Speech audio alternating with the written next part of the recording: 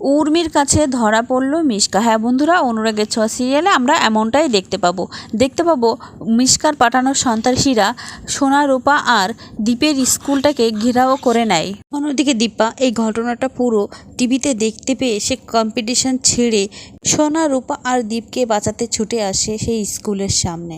তখনই রূপার ফোনে ফোন করে মিশকার কথা শুনে রূপা এটা বুঝতে পেরে যায় যে এই সন্ত্রাসী মিশকার পাঠানো গুন্ডা।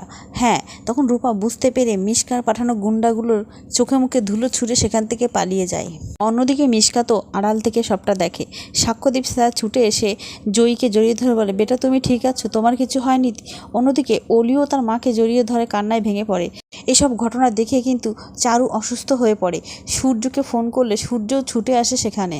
চারুকে নিয়ে সূর্য হাসপাতালে চলে যায়।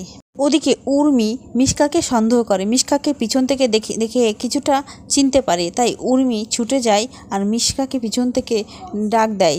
মিশকা দাঁড়ায় না। মিশকার কাঁধে যখন উর্মি হাত দেয় তখন মিশকা একটু ঘাবড়ে যায়। ঠিক তখনই রূপা আবার কল ব্যাক করে মিশকার ফোনে। মিশকা ফোনটা রিসিভ করতেই রূপা বলে ওঠে, আমি জানি এই সব কিছুর পিছনে তুমি আছো। তুমি যদি হিংসুকুটি বা আমার বা দীপের কোনো ক্ষতি করতে চাও তখন কিন্তু আমি আমার পরিচয় গোপন রাখবো না। আমি সকলের সামনে বলেই দেবো যে আমি রূপা। উর্মি মিশকার কাছাকাছি থাকায় মিশকার ফোনের কথাগুলো আবছা আবছা শুনতে পায়। উর্মির সন্দেহ হয়। উর্মি তাই মিশকাকে ধরে নিজের সামনের দিকে ঘুরিয়ে অবাক হয়ে যায়। তখন পর্দাফাঁস হয়ে যায় মিশকা তখন দেখে সবার সামনে আমি চলেই আসবো, দীপাকে এবার প্রাণে মারবো।